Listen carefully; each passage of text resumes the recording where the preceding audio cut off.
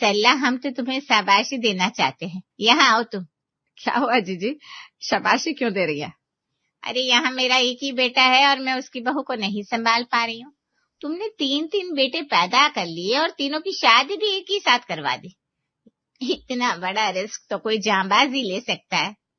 अब जहाँ बात 3 बेटों की है, उसमें अकेले शाबाशी के हकदार हम नहीं है, आपके भाई भी सहभागीदार है हमारे। और रही बात तीनों की एक साथ शादी की, तो जहाँ एक बहू का बवाल होता है, वहाँ 3 का एक साथ सह लेंगे। अरे तुम जानती नहीं हो आजकल की लड़कियों को, रसोई, घर, सास ससुर, ये सब तो वो बाद में देखती है, पहले देखती है अपना घोंसला। घोंसला? अब ये क्या है? अरे जहाँ सारा दिन पड़ी रहती है, सेल्फी लेती रहती है, उनका कमरा। मैं बता रही हूँ, मैंने मेरी बहू का कमरा अपने हिसाब से क्या बनवा कर रखा, उससे तो बवाल ही कर दिया। शादी के बाद जब तक उसने एक एक चीज अपने हिसाब से बना नहीं ली, तब तक उसके कलेजे में चैन नहीं पड़ा था। सरला जीजी सच्ची कह रही है, अगर इन तीनों ने भी यही किया तो? हाँ, बात तो सही है। मैं काम करती हूँ, कल ही एक मीटिंग बुलाती हूँ और उसके बाद फैसला होगा कि इन तीनों के कमरे का क्या करना है। अब तीनों बहुएं तो घर में आ चुकी थी, लेकिन सरला को ये भी पता था कि इन तीनों की पसंद और टेस्ट भी अलग अलग है। सरला ने तीनों के कमरे खाली कर दिए और बस उतना ही सामान रखा जो काम का था। सुना सब लोग, आज से एक नया नियम होगा इस घर में। क्या वो माँ, अचानक मीटिंग क्यों बुलाई सुबह सुबह? देखो, मैंने तुम तीनों के कमरों से एक्स्ट्रा सामान हटवा दिया है। माँ जी अच्छा किया, वैसे भी वो सामान काफी पुराना सा लग रहा था। हाँ, मैं तो कहने ही वाली थी, अच्छा वो हमने खुद से कर दिया। हाँ, मैंने आते तूफान को भांप लिया था बहू, इसलिए मैंने एक नियम बनाया है। नियम क्या होगा माँ जी? देखो, अब तुम तीनों बहुएं इस घर में आ चुकी हो, तो मैंने सोचा है तुम तीनों अपने अपने कमरों को अपनी पसंद से सजाओ। मतलब कंप्लीटली हमारे हिसाब से?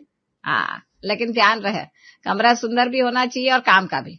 मुझे भी देखना है मेरी कौन सी बहू इतनी समझदार है जो अपने कमरे को सुंदर के साथ साथ आरामदायक भी बनाती है कि लोगों के मुंह से उस कमरे को देखकर वाव निकल जाए। मतलब क्रिएटिविटी दिखाने का मौका मिल गया। मुझे तो पहले से पता है कि मेरा कमरा सबसे बेस्ट बनेगा और इस चीज में मुझसे आगे कोई जा ही नहीं सकता। रिया और पायल एक दूसरे को देखने लगती है। वो तो हम देख लेंगे भाभी, कंपटीशन इंटरेस्टिंग होने वाला है। आप दोनों कमर कस लीजिएगा जरा। बस यहीं से शुरू हुआ एक साइलेंट कंपटीशन, जो धीरे धीरे इतना बढ़ गया कि तीनों बहुएं एक दूसरे से आगे निकलने के लिए कुछ भी करने को तैयार हो गई। अब उन तीनों को बस खुद को बेस्ट साबित करना था, जिसके लिए वो दिन रात नए नए रील्स देखती, नए नए डेकोरेशन के सामान देखने लगती। देखो अजय, मैं अपने कमरे को इतना परफेक्ट बनाऊंगी कि हर कोई देखकर बोले वाह, ये कमरा नहीं स्वर्ग है। अच्छा, लेकिन इतना खर्चा मत करना कि मेरी जेब ही ढीली कर दो तुम। इसे खर्चा नहीं, इन्वेस्टमेंट कहते हैं। इम्प्रेशन बनाना है मुझे, और इम्प्रेशन बनाने के लिए इन्वेस्टमेंट तो करनी पड़ती है। मैं अपने एक अच्छा से इम्प्रेशन बनाना चाहती हूँ सब पर। इम्प्रेशन किस पर? मम्मी जी पर और इन दोनों बहुओं पर। उन्हें पता चलना चाहिए कि बड़ी बहू आखिर बड़ी बहू ही होती है, चाहे शादी साथ हुई है तो क्या हो गया। तुम्हारी बातों से मुझे खतरे की खुशबू क्यों आ रही है? कविता के लिए ये सिर्फ सजावट नहीं थी, ये उसकी पोजीशन का सवाल बन चुका था, जिसके लिए वो जुट गई थी अपने हथियार ढूंढने में। मेरा मतलब है कमरे को सजाने का सामान ढूंढने में। लेकिन अब देखते हैं हमारी बाकी दोनों बहुएं आखिर क्या कर रही हैं। विजय, मैं अपने कमरे को इतना यूनिक बनाऊंगी कि किसी ने देखा ही ना हो। यूनिक मतलब colourful walls, fairy lights, cushions, carpets, पूरा इंस्टाग्राम वाला लुक। एक फोटो खींचा और फोटो वायरल होने लगे। अच्छा है, लेकिन प्रैक्टिकल भी होना चाहिए। ऐसा नहीं कि कमरा कमरा नहीं क्लब दिखने लगे। अरे प्रैक्टिकल बाद में, पहले अट्रैक्टिव होना चाहिए। लोग प्रैक्टिकल चीजों को बाद में नोटिस करते हैं, पहले तो उनकी आंखों को अट्रैक्शन चाहिए होता है। तुम बस देखते जाओ मैं क्या क्या करती हूँ। हाँ, वो तो अब देखना ही पड़ेगा। पायल को दिखावा नहीं, लेकिन अटेंशन चाहिए था। उसे चाहिए था कि लोग उस कमरे को देखकर बस वाव बोले। अब ये हो पाता है या नहीं, ये तो देखने वाली बात थी। लेकिन हमारी छोटी बहू भी कहाँ इन दोनों से पीछे रहने वाली थी। वो तो इन दोनों से भी आगे रॉयल दरबार में जा चुकी थी। संजय, मैं अपने कमरे को थीम बेस्ड बनाऊंगी। Theme based? ये किस चिड़िया का नाम है? मैंने तो नहीं सुना। जैसे मूवीज में होता है ना, पूरा royal look, curtains, lights, decorations, सब कुछ मैचिंग। बिल्कुल तुम्हें राज दरबार वाली फीलिंग आएगी जब तुम कमरे में जाओगे तो। लेकिन रिया इतना ज्यादा मत कर देना कि रहना मुश्किल हो जाए इस कमरे में। जितना तुम कह रही हो मुझे लगता है कुछ गड़बड़ ना हो जाए। अरे रिलैक्स, मैं मॉडर्न हूँ, बैलेंस करना आता है मुझे। तुमने मुझे जाना ही कहा है अभी। देखना जब हमारा कमरा तैयार हो जाएगा तो लोग दूर दूर से इसकी फोटो खींचने आएंगे। रिया के लिए ये एक प्रोजेक्ट था जहां वो अपनी क्रिएटिविटी दिखाना चाहती थी, लेकिन कभी कभी क्रिएटिविटी प्रैक्टिकलिटी को पीछे छोड़ देती है। खैर तीनों बहुओं ने अपनी अपनी अलग अलग चॉइस के हिसाब से अपना अपना कमरा सजाना शुरू कर दिया। सल्ला ने भी किसी को उस वक्त ना तो रोका ना ही टोका। उसने उन तीनों को अपनी मर्जी से सब कुछ करने की आजादी दे रखी थी। कविता का कमरा काफी चमक रहा है, हर चीज परफेक्टली अलाइंड, लेकिन बहुत ज्यादा सामान भरा हुआ। भाभी ये कमरा है ये शोरूम? अपनी इतनी सारी चीजें बेचने के लिए रखी है या सजावट के लिए? सच में इतना सारा सामान बैठने की भी जगह नहीं है। ये स्टाइल है, हर चीज प्रीमियम है। समझ में नहीं आएगा तुम्हें, इसके लिए ना टेस्ट की जरूरत होती है। तुम दोनों ने आज तक ऐसा कुछ देखा नहीं है इसलिए। अच्छा, फिर तो लगता है आपने किसी कबाड़ वाले से प्रेरणा लेकर कमरे को सजाया। भाभी अब बड़ी है, आपने ये तो साबित कर दिया। बहुत बहुत भारी सामान रखा है आपने। बंदर क्या जाने अदरक का स्वाद। अभी तुम दोनों के कमरे देखते हैं, आखिर क्या है ऐसा जो इतना इतरा रही हो दोनों। कविता का कमरा सच में इतना भरा हुआ था कि वहां अब पैर कहाँ रखे और बैठे कहाँ कुछ समझ में नहीं आ रहा था। लेकिन कविता को तो वो सब प्रीमियम सा लग रहा था। लेकिन हमारी पायल उससे भी 2 कदम आगे थी। उसने एक कमरे में इतने रंग समेट रखे थे कि आपको देखकर समझ में ही नहीं आएगा कमरे में रंग है या रंगीन कमरे की दुनिया है। हर जगह कुशन्स, लाइट्स, कलरफुल चीजें, लेकिन बहुत ही बिखरा हुआ। ये क्या है पायल, इतने सारे रंग, आंखें ही चकरा रही है मेरी तो इस कमरे में आने के बाद। तुम्हें लिखना चाहिए कमरे में आने से पहले है चश्मा पहन कर आइए। और ये इतने कुशन्स, सोने की जगह कहाँ है? लगता है कमरे में बस तकिए ही रहने वाले हैं। और ये लाइट्स, आप और भैया तो ऊपर बालकनी में सोने वाले हो ना? आराम से एडजस्ट हो जाता है। देखना सबसे कॉजी मेरा कमरा ही लगेगा। कॉजी नहीं, भोज लगेगा, इतने सारे तकिए जो रखे हैं तुमने। आज पड़ोस में अगर किसी के घर पर शादी होगी ना तो तुमसे ही तकिए और लाइट्स लेने आएंगे। चलो इसी बहाने ये किसी के काम भी तो आ जाएंगे। आपको ना कलर्स की समझ ही नहीं है। कलर्स तो तब समझ में आएंगे ना जब कोई एक कलर दिखाई दे रहा हो। पायल के कमरे को देखकर तो किसी की भी आंख पर चश्मा लग सकता था। लेकिन अभी रुकिए जरा, हमारी छोटी बहू का कमरा तो बाकी है। कहीं ऐसा तो नहीं कि उसने ही इन दोनों से बाजी मार ली है। रिया का कमरा, हैवी डेकोरेशन, बड़े पर्दे, लाइट्स, आर्टिफिशियल फ्लावर्स, बहुत भरा हुआ। रिया, ये कमरा ही है शादी का स्टेज? तुमने बताया नहीं तकिए और लाइट्स पायल देने वाली है और स्टेज का बंदोबस्त तुमने कर दिया है। कुछ भी भाभी, सच में इतना डेकोरेशन की सांस भी नहीं ले सकते यहाँ तो। ये रॉयल लुक है, हर किसी को समझ में नहीं आता।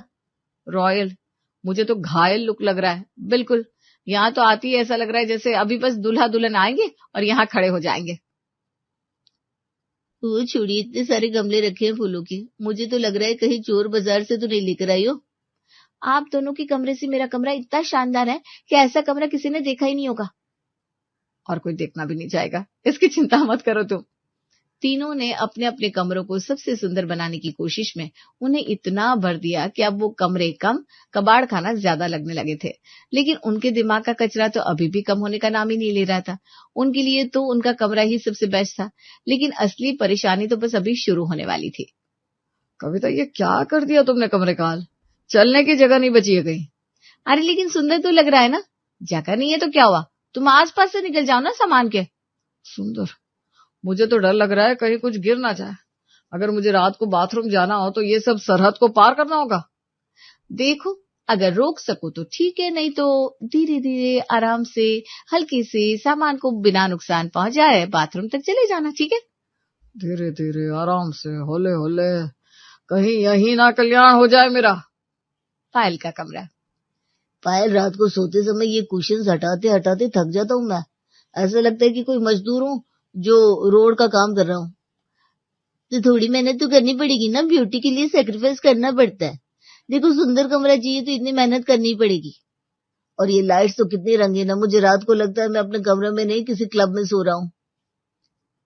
हाँ तो अच्छा है ना, मैंने कमरे में ही तुम्हारे लिए क्लब बना दिया। लेकिन इनकी वजह से मुझे नींद नहीं आती, समझो तुम बात को। अरे आंखें बंद करो, ये लाइट्स बिना कमरा अच्छा नहीं लगता फिर। हे भगवान, कहाँ फंस गया हूं मैं। बेचारे अजय और विजय तो अपने कमरे में लाइट्स और सामान की वजह से सो नहीं पा रहे थे, लेकिन हमारे संजय की मुश्किल तो कुछ और ही थी। वो किसी ऐसी जगह पर सो रहा था जो किसी स्टेज से कम नहीं था, जहां हर जगह बस गमले और पर्दे ही दिखाई दे रहे थे। रिया, ये पर्दे इतने बड़े हैं कि पूरा कमरा डार्क सा हो गया है। ऊपर से गमले रख दिए तुमने, ऐसा लग रहा है कि मैं किसी घने जंगल में सो रहा हूँ। और ये तुम्हारे सॉफ्ट टॉयज रात को चमकते रहते हैं, मुझे ना कमरे में जंगल वाली फील आ रही है। एम्बियंस के लिए जरूरी है ये सब संजय, नहीं तो वाइब कैसे आएगी। अरे वाइब का छोड़ो, यहाँ मेरी रात को सांस अटकी जा रही है। जब मैं उठता हूँ तो समझ में नहीं आता कमरे में हूँ या जंगल में जंगली जानवरों के बीच। तुम मुझे देखो, फिर तुम्हें डर नहीं लगेगा। जंगल में बस एक आत्मा की कमी थी, लो वो भी मिल गई। क्या? कुछ नहीं। शुरुआत में ये सब एक मजेदार कंपटीशन जैसा लग रहा था। तीनों बहुएं हंसते हुए एक दूसरे को चैलेंज कर रही थी, लेकिन धीरे धीरे ये कंपटीशन जिद में बदल गया। अब ये सिर्फ कमरा सजाने की बात नहीं रह गई थी, ये बात बन गई थी कौन सबसे बेहतर है, किसकी बात घर में मानी जाएगी। और जब कंपटीशन ईगो से जुड़ जाए, फिर तो रातों की नींद, दिन का सुकून और पता नहीं क्या क्या खोने लगता है। कविता अलमारी खोलने की कोशिश कर रही थी, लेकिन सामने रखा डेकोरेशन रास्ता रोक रहा था। अरे ये क्या मुसीबत है, हर बार अलमारी खोलने के लिए पहले ये टेबल हटाओ, फिर ये शो पीस उठाओ। आखिर मैंने ये सब रखा ही क्यों है। वही तो मैं कह रहा हूँ कब से कविता, कमरा सजाने का मतलब ये नहीं कि उसमें रहने की जगह ही खत्म कर दो। अरे लेकिन अजय, अगर कमरा खाली खाली रहेगा तो अच्छा कैसे लगेगा। मैंने कितना एफर्ट डाला है। एफर्ट ठीक है, लेकिन अगर उसी एफर्ट की वजह से तुम खुद अपने कमरे में आराम से रह नहीं पा रही हो तो उसका क्या फायदा। मुझे लगा था सबको इम्प्रेस कर पाऊंगी, लेकिन अब ये रोज रोज मेहनत बढ़ती जा रही है। इम्प्रेस करने के चक्कर में तुम खुद ही परेशान हो गई हो। अब बैठकर इस सामान को रोज हटाओ, रोज सजाओ। कविता पहली बार सोच में पड़ी थी, लेकिन ईगो अभी भी उसे पूरी तरह हार मानने नहीं दे रहा था। लेकिन सिर्फ उसका ही नहीं, उसकी देवरानियों का भी कुछ यही हाल था। वो भी अपने हसीन कमरे में अब फंसी हुई थी, लेकिन अपनी क्रिएटिविटी को कमजोरी नहीं बताना चाहती। विजय सोकर उठता है और चारों तरफ देखता है तो कुशन्स फैले हुए हैं। पायल, ये क्या है? रात को सोते सोते 5 बार मेरी नींद खुली। कभी कुशन गिर रहा है, कभी पैर फंस रहा है। अरे तो थोड़ा एडजस्ट कर लिया करो ना, इतना भी क्या इश्यू है। इश्यू तुम खुद देखो, ये बेड है या कुशन का गोदाम, बैठने की जगह ढूंढनी पड़ती है। तो हमेशा नेगेटिव क्यों सोचते हो? तुम्हें ये नहीं दिखता कमरा कितना सुंदर लग रहा है? सुंदर लगना और आरामदायक लगना दोनों अलग बातें हैं पायल। अगर मैं अपने ही कमरे में आराम से नहीं सो पा रहा हूं तो वो सुंदरता मेरे किसी काम की नहीं है। पायल कुछ पल के लिए चुप हो जाती है। पायल को पहली बार एहसास हुआ कि उसने कंफर्ट को खुद ही सैक्रिफाइस कर दिया, लेकिन कंपटीशन की आग अभी भी बुझी नहीं थी, इसलिए खुद की गलती मानने में मन अभी भी संकोच कर रहा था। न सिर्फ कविता और पायल का यही हाल था, लेकिन रिया का भी हाल बुरा ही था। उसके कमरे के गमले और पर्दे अब बार बार गिरते रहते थे, जिससे आधे से ज्यादा बार संजय को खुद को भी चोट लग जाती थी। हे भगवान, इतने गमले टूटते हैं रोज। रिया प्लीज इन्हें हटा दो, मुझसे और बर्दाश्त नहीं हो रहा है। लेकिन संजय, मुझे कुछ अलग करना था, सबको दिखाना था कि मैं क्रिएटिव हूँ। क्रिएटिव होना अच्छी बात है, लेकिन अगर उसी क्रिएटिविटी की वजह से रोज कुछ ना कुछ टूटे तो वो क्रिएटिविटी नहीं प्रॉब्लम बन जाती है। समझ तो तीनों को आ गया था, लेकिन कोई भी पहले झुकने को तैयार नहीं था। वो तीनों जब भी एक दूसरे के सामने आती तो एक दूसरे को ही चिढ़ाने लगती। पायल कल रात ठीक से सो पाई या खुशी से परेशान कर दिया? कम से कम मेरा कमरा शोरूम तो नहीं बना जहां चलने की भी जगह ना हो। और तुम दोनों मेरे कमरे पर कमेंट करने से पहले अपना अपना देख लो, मेरा कमरा तो सबसे स्टाइलिश है। स्टाइलिश? मुझे तो बस सामान का ढेर दिखता है। सच में ऐसा लगता है जैसे किसी शादी का मंडप हो। तुम दोनों को कुछ समझ में नहीं आता, हर चीज में फॉल्ट निकालना आता है। क्योंकि फॉल्ट है और मानने की हिम्मत नहीं है तुम में। अच्छा, और तुम दोनों का कमरा जैसे स्वर्ग की तरह है ना। तुम तीनों कमरे को सजाने में फेल हुई हो और उसकी वजह से खुद के साथ पतियों को भी परेशान कर दिया है। मैं इतने दिनों से कुछ नहीं कह रही थी तो तुम तीनों को लगा तुम तीनों सही हो, लेकिन किसी एक का भी कमरा कंफर्टेबल नहीं है। कमरा यानी आपकी छोटी सी दुनिया, जिसमें जाते ही आपको सुकून मिले, ना कि रंगीन पर्दे, लाइट्स, ढेर सारा सामान और तरह तरह के गमले। अब तुम तीनों जाओ और कबूतर खाने को कमरा बनाओ, जाओ। कविता ने अपना कबाड़ खाना हटाया और कमरे में सिर्फ काम का सामान रखा। पायल ने एक्स्ट्रा तक के लाइट सब कुछ हटाकर कमरे में उसके और अपने पति के कुछ प्यारे फोटोज रखे और रिया ने आधे गमले गार्डन में रख दिए और आधे अपनी बालकनी में और सिर्फ 2-3 प्यारे प्यारे असली पौधे अपने कमरे में सजाए थे जिससे कमरा महक उठा था। वैसे कंपटीशन तो कोई भी नहीं जीता। हाँ, हम तीनों ने ही ओवर कर दिया था कुछ। आज के बाद मैं तो कमरे को हाथ भी नहीं लगाऊंगी। चलो अच्छा है, तुम तीनों को समझ में तो आ गया कम से कम कि सादगी में ही सुंदरता है, चाहे फिर वो कमरा हो या जीवन। बस मुझे यही समझाना था तुम तीनों को कि जीवन में सादगी ही सदैव सुंदर लगती है।